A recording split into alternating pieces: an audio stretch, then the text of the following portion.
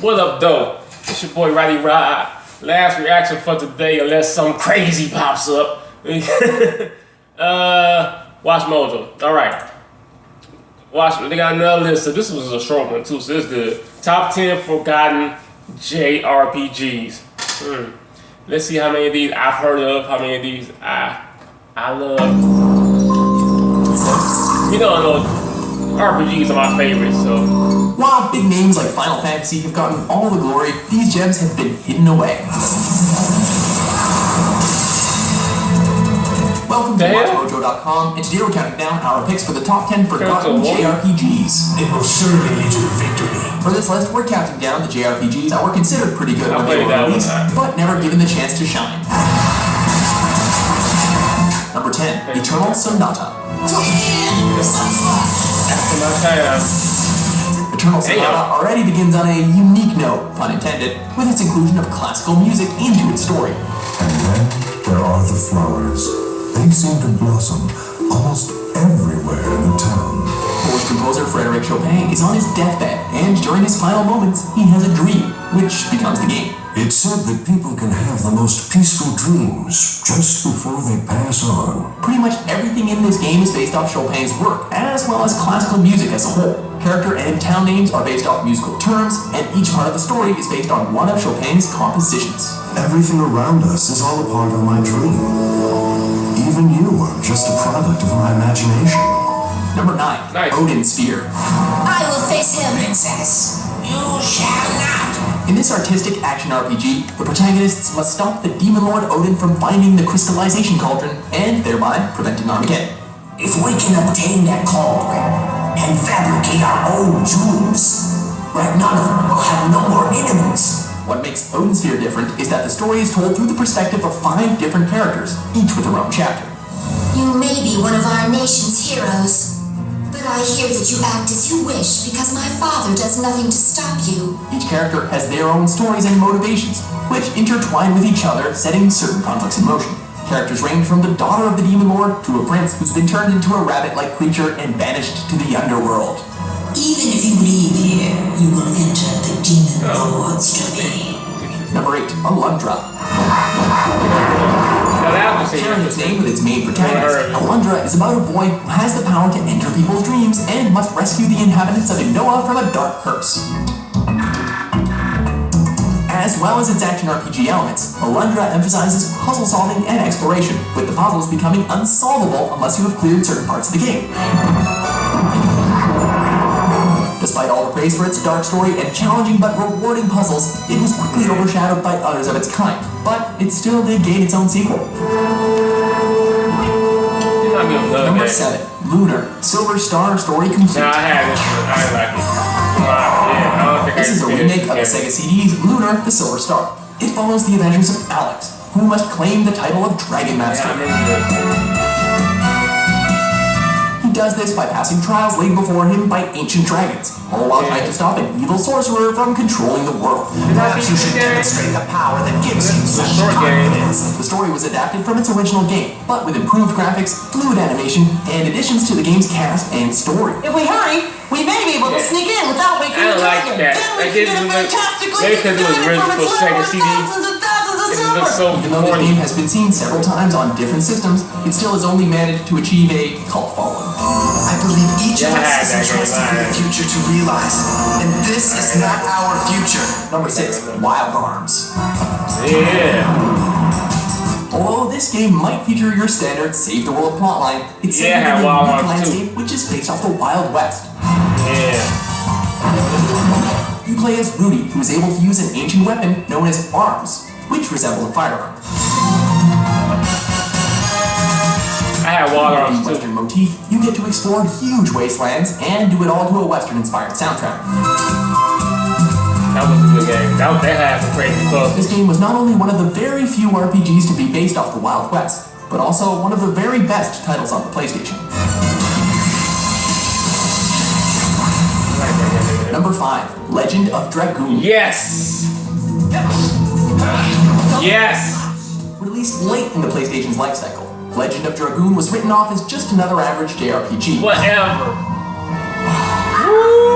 However, what makes this game unique is the additions combat system, which has you entering button combinations as you attack, allowing you to deal extra that shit damage. was so hard to do, man. That's when Another new mechanic is the ability to transform into dragoons, which grants the character new abilities as well as some cool art. Yeah, and magic. Nowadays, Legend of Dragoon has gained a sizable fan base who have been begging for a sequel for quite some time. I like Rose too. I like Rose's character. Number 4, Dark Cloud 2. I think Dragoon only had like. Also known as Dark Chronicle in Japan. The thing I like about that one is it didn't have that many characters. From the present and future I think it had 5 characters and must altogether. travel back in time to stop Emperor Griffin from destroying the future. This is what I want. Unlike most RPGs, your character does not level up, but it's their weapon instead which gains experience from defeating enemies. There's also a city building aspect to the game, where you can create and rearrange buildings for villagers to live in, provided you have the items. Ah, but the people in this town really are living a sweet life, eh? Number 3, Shadow Hearts, Covenant. Taking place in the midst of World War I, you play as German Lieutenant Karen Koenig and Yuri, a man capable of turning into different types of demons.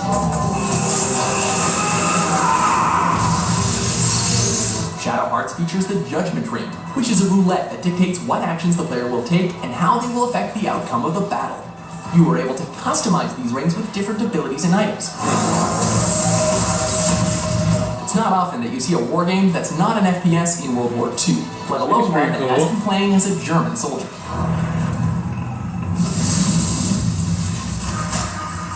Number 2, Phantasy Star.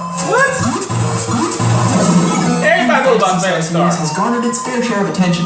However, most people seem to be oblivious to the game that started it. What? Phantasy Star on the Sega Master System was one of the pioneers of the original JRPGs, featuring turn-based combat, overworld maps with towns and dungeons to explore, as well as random enemy encounters.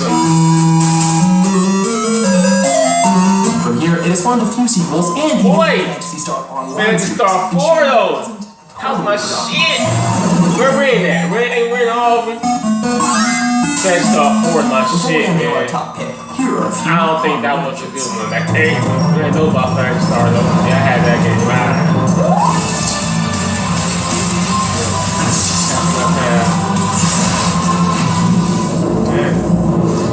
That's real new. That's still new shit. I mean, 2012.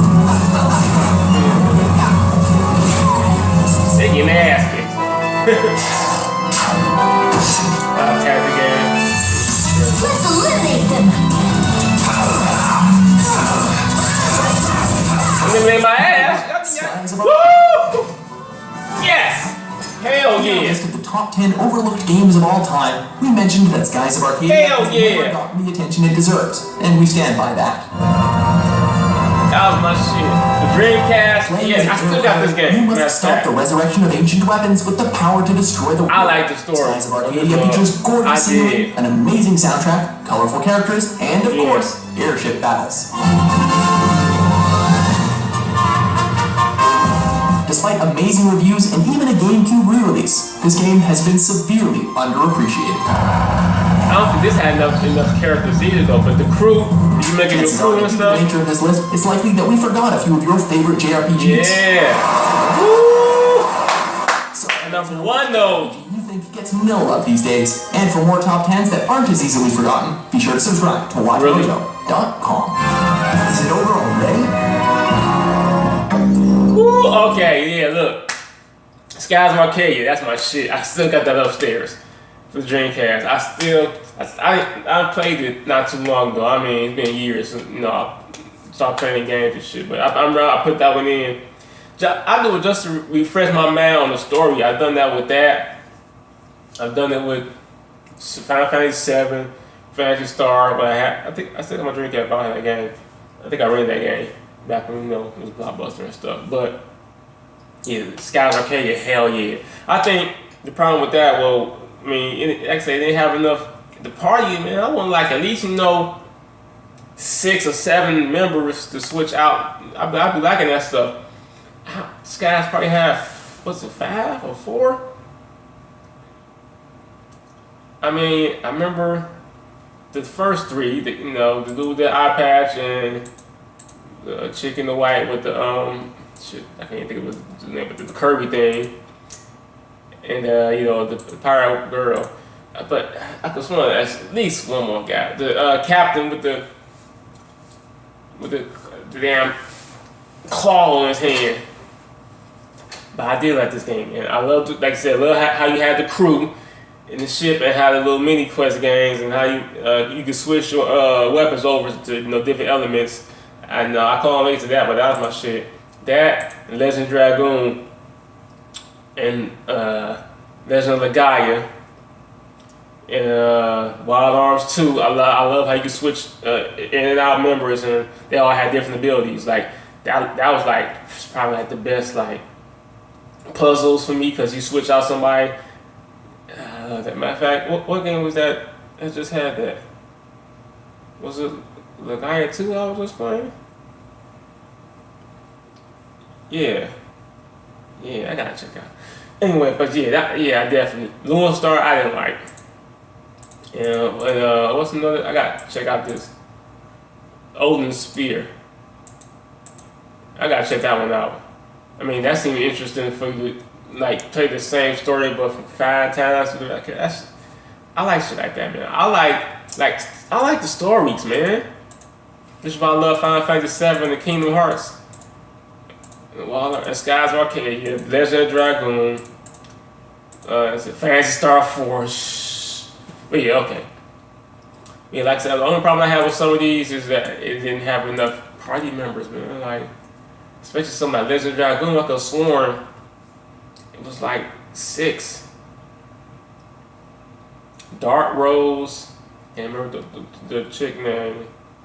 I don't want to say Miranda. I don't want to get wrong, but Miranda Congo.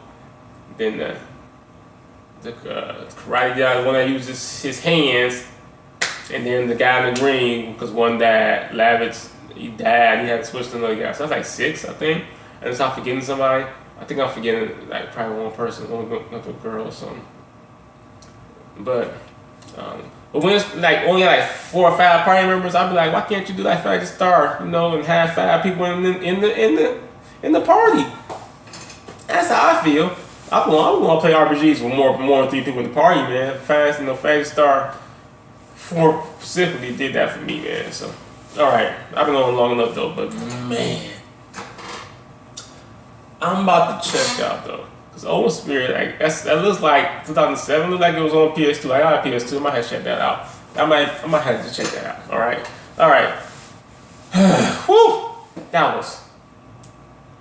I'm gonna go look at some games. All right. All right, y'all have to leave a comment. What's your favorite RPGs or JRPGs or that people might not know about. I love Xenogears. I saw it though. They had that in like #1 on a whole different list. Like Xenogears was my shit too, man. All right, I'll be out. Big business. I'll be right back. Happy New Year. Biatch!